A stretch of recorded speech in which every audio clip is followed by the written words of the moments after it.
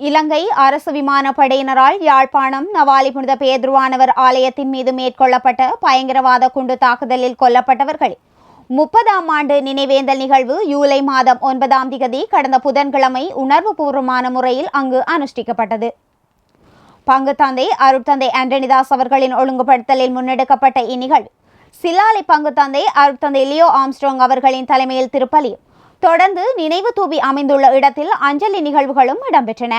1995ஆம் ஆண்டு இலங்கை இராணுவத்தின் ஆக்கிரமிப்பு படை நடவடிக்கையால் வலிகாமம் பிரதேச மக்கள் இடம்பெயர்ந்து பாடசாலைகளிலும் ஆலயங்களிலும் புகலிடம் தேடிய நிலை நவாலி புனித பேதுருவானவர் ஆலயத்திலும் அதனை அண்டிய பிரதேசங்களிலும் தஞ்சமடைந்திருந்த ஆயிரக்கணக்கான மக்களை இலக்கு வைத்து இலங்கை விமானப்படையினரால் பயங்கரவாத குண்டு தாக்குதல் மேற்கொள்ளப்பட்டது.